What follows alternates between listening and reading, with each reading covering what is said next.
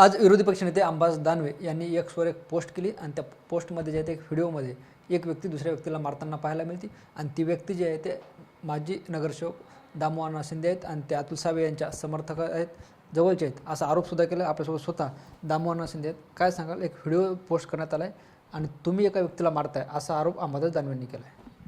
नाही, जो आज अंबादास दानवेंनी व्हिडिओ ट्विट केला तो व्हिडिओ मला साधारण 3-3.5 वर्षापूर्वीचा आहे. परंतु हा वेडा व्यक्ती जो आहे मनोरुग्ण हा तेथील नागरिकाला भगिनी आमच्या 10-20 जमल्या होत्या आणि त्यांच्यावर हल्ला त्यांनी केला होता. तर मला फोन आला, मला जावं लागेल ना, जर आमच्या भगिनीवर कोणी जर हल्ला केला तर मला जावंच लागलं. आम्ही तिथं 7-8 लोक गेलो आणि बघितलं तर तो अक्षरशः धुमाकूळ घातला. सगळ्या महिला रडू लागल्या, छोटे छोटे मुलं रडू लागले. मग आम्ही त्याला पकडण्याचा प्रयत्न केला. त्याने आम्ही गेलो, आम्हालाही मारण्याचा प्रयत्न केला. आपल्याला माहिती आहे की एक मनोरुग्ण पेशंट जर असला तर हॉस्पिटल त्याला हातपाय बांधून ठेवावं लागतात आणि 10 डॉक्टरलासुद्धा ते आवरत नाही. कारण की वेडा जो व्यक्ती असतो त्याच्यात 10 लोकांची ताकद येते, 20 लोकांची ताकद येते, तो कोणाला ऐकत नाही. अशाही परिस्थितीत आम्ही त्याला आवरण्याचा प्रयत्न केला, परंतु त्याने हल्ला केल्यानंतर ती चटापट झाली थोडी, मी मान्य करतो, पण ती आमच्या भगिनीच्या सुरक्षेसाठी झाली. आम्ही काही विनाकारण त्याला हे वेड्या व्यक्तीला ट्रीटमेंट द्यायसाठी प्रयत्न करतो. नागरिकाची सेवा, सुरक्षा, विकास हा माझा मुद्दा आहे. आम्ही कुठल्याही प्रकारचं मारधोड केलेली नाही. आज जो व्हिडिओ त्यांनी एडिट खूप छान केलं, दगड दाखवले, त्याला मारतेवर दाखवलं, पण त्या व्यक्तीकडून 1-2 बायाचा जर खून झाला असता मग त्याची जिम्मेदारी घेतली असती का? वंदनीय बाळासाहेब ठाकरे यांनी आपलं आयुष्य पूर्ण महिलांच्या सुरक्षेसाठी, महाराष्ट्राच्या सुरक्षेसाठी घातलं आणि त्यांचे नेते आज कुठल्याही व्हिडिओची शहनिशा न करता, अरे तो कुठला आहे, समोरचा व्यक्ती कोण आहे, त्याची शहनिशा न करता डायरेक्ट आरोप करायला लागले. निवडणूक आली, व्हिडिओ 3.5-4 वर्षाचा, आणि निवडणूक लागली, आमचं पारडं जड झालं आम्ही 4ही उमेदवाराचं, आणि म्हणून काहीतरी आरोप करायचे, लोकांची दिशाभूल करायची, डॉमिनेट करायचं. मी माझ्यावर 20 वर्षात एकही गुन्हा दाखल करून द्या, नागरिकाला त्रास द्यायचा, मी आजही उमेदवारी उभा करणार नाही माझ्या पत्नीला. परंतु आम्ही आतापर्यंत कोणालाही त्रास दिलेला नाही. जेव्हा जेव्हा नागरिकाचे फोन येतो आम्ही रात्री 2ला येऊ, 3ला येऊ, तिथं हजर होतो. आणि माझ्यावर एक सूड भावनेनं तो आज व्हिडिओ टाकला. क्रांती चौकमध्ये मराठा मोर्चाचं आंदोलन होतं, मराठा आरक्षणासाठी. तिथं आंदोलन करत असताना हे साहेब तिथं गेले, लाथानी मार, बुक्क्यानी मार, त्याच्या कार्यकर्त्यांनी मराठा का आंदोलकावर हल्ला केला आणि ते ज्यांच्यावर हल्ला झाला त्याची बाजू मी घेतली. त्याची बाजू घेणं माझी काही चुकी झाली का? आमच्या समाजावर एखादा व्यक्ती हल्ला करत असेल तर आम्ही त्याची बाजू घेणार. आणि तिथं हल्ला केल्यानंतर तेव्हा मग सूड भावनेनं आज व्हिडिओ टाकला, मी त्या लोकांची बाजू घेतली म्हणून. बाकी काही मुद्दा नाही आहे यांच्याकडं, आमचा मुद्दाच नाही. आम्ही विकासाच्या कामात पुढे आहे, नागरिकांच्या सेवेच्या पुढे आहे, सगळ्याच्या दृष्टिकोनातून आम्ही पुढं असल्यामुळे आज हे माझ्यावर आरोप करण्यात आले. आणि जे असे बाळासाहेबाजी मोठमोठे नेते त्यांना मी समजावून सांगतो की तुम्ही महिलांची सुरक्षाला पहिले प्राधान्य द्या. आमचे देवाभाऊ आहे ना, पहिले लाडकी बहिणीची सुरक्षेसाठी आम्हाला पहिले सांगतात की पहिले नारी सुखी तर सब देश सुखी.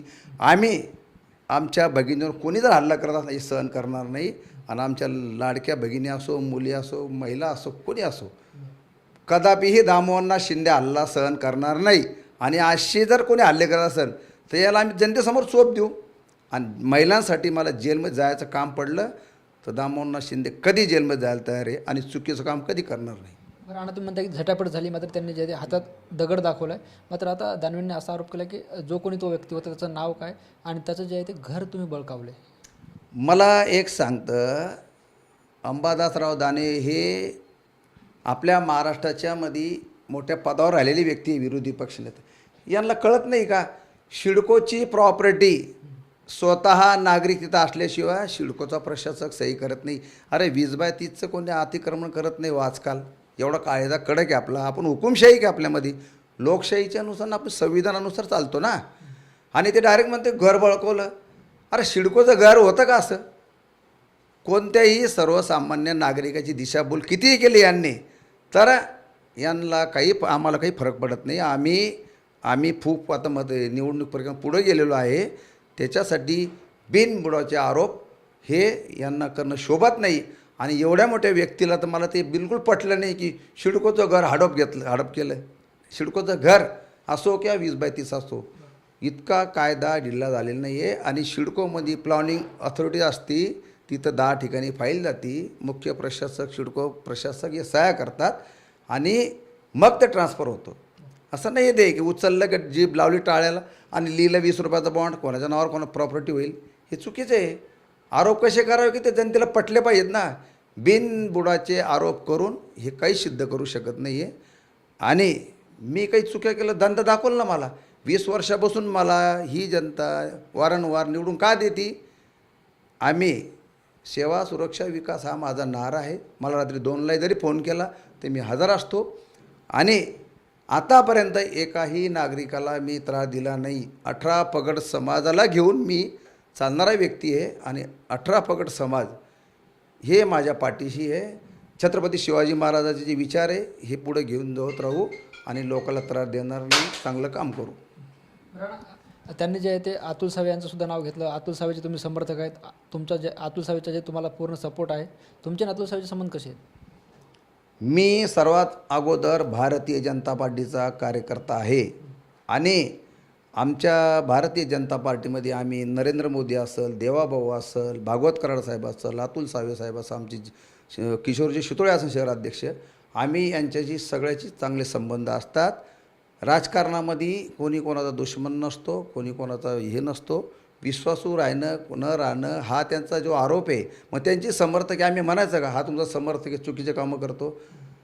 राजकारणाला अतुल सावे साहेब कुठेही चुकीच्या कार्यकर्त्याला थारा देणारा नेता नाही आहे. आणि आदरणीय अतुल सावे साहेब आहे हे असे व्यक्ती आहे की ते चुकीच्या व्यक्ती जवळ पण येऊ देत नाही. हे मी अनुभव घेतलेला आहे. आणि आम्ही चुकीचा असतो तर आम्हाला त्याने काही हेच नसतं की जवळच येऊ दिलं नसतं. आणि भारतीय जनता पार्टीमध्ये सर्वे जे होतो, सर्वेच्या नुसार तिकीट दिलं जातं. आमची कोर कमिटी ठरवती आणि सर्वे झाल्यानंतर जो नंबर 1ला येतो त्याला तिकीट मिळतं. मला सर्वेच्या नुसार तिकीट मिळालेलं आहे. मी कोणाच्या जवळचा आहे हे पक्ष नसतो बघत. पक्ष हे बघतो कोण कॅपेबल आहे, कोण निवडू शकतो आणि कोण जनतेचं काम करू शकतो. हे त्यांनी सांगितलं की मी सावे साहेब सांगता का मला चुकीचं काम कर, ते असं कर तसं कर. ते कधीही चुकीच्या कामाला कुठेही फोन करत नाही. मला अनुभव आहे. मी सगळ्याचाच जवळचा आहे. मी मोदी साहेबाच जवळचा आहे. बरं, मला सांगा, अतुल सावे साहेबांनी तुमचं कोणतं अतिक्रमण जे आहे ते नियमित करून दिले असं दानवेंना वाटतं? अहो, मी काय म्हणतो, या शहरामध्ये प्लॅनिंग अथॉरिटीमध्ये चुकीच्या कामाला सावे साहेब थारा देत नाही. आणि सावे साहेबाची सही कुठं चालत नाही प्लॅनिंग अथॉरिटीमध्ये. आरोप कसा करायचा हे पण आता त्यांना शोभलं पाहिजेत. मला एक सांगतो, मी एखाद्या साहेबाला म्हणेन मोदी साहेबाला मला ही लिगल करून द्या, ते कराल का? कुठलीही फाईल ही प्रशासनाकडे जाते आणि प्रशासन आपल्या नियमानं चलन भरून घेणं, नियमानं प्रक्रिया पूर्ण करणं असं ते करून देतात. मी तर चॅलेंज करतो, माझ्या नावावर प्रॉपर्टी शोधून द्या यांनी, मी ती एखाद्या संस्थेला दान करून टाकतो. उगाच कोणते आरोप करायचे? मी घर पळकल, माझ्या नावावर कुठली प्रॉपर्टी नाही आहे, माझ्या बायकोच्या नावावर कुठली प्रॉपर्टी नाही आहे. आणि हे आरोप आहे, मला ते हे वाटू लागलं की एवढ्या मोठ्या नेत्यांनी चिल्लर आरोप करणे शोभत नाही आहे त्यांना. आणि आरोप करू द्या, इलेक्शन आहे, निवडणूक आहे, येणाऱ्या 15 तारखेला जनता मतपेटीतून दाखवणारच आहे. माझी सौ सत्यभामा दामोदर शिंदे या भारतीय जनता पार्टीकडून ह्या प्रभागात 23 प्रभागात उभे आहे. हो, निश्चित बघतो आपल्यासोबत दामोदर शिंदे होते, यांच्या पत्नी 23 मधून जे आहे ते निवडणूक लढवतात. मात्र आज सकाळी जे आहे ते विरोधी पक्षनेते अंबादास दानवे यांनी व्हिडिओ पोस्ट केला होता आणि त्यात दामोदर शिंदे आणि अतुल सावे यांच्यावर आरोप केले होते. मात्र हे सगळे आरोप निवडणुकीत तोंडासमोर ठेवून करण्यात आले, असा सुद्धा पलटवार दामोदर शिंदे यांनी केला आहे. कॅमेरा पर्सन हर्षल निकमसह ज्ञानेश्वर लोंढे, TV9 मराठी, छत्रपती संभाजीनगर.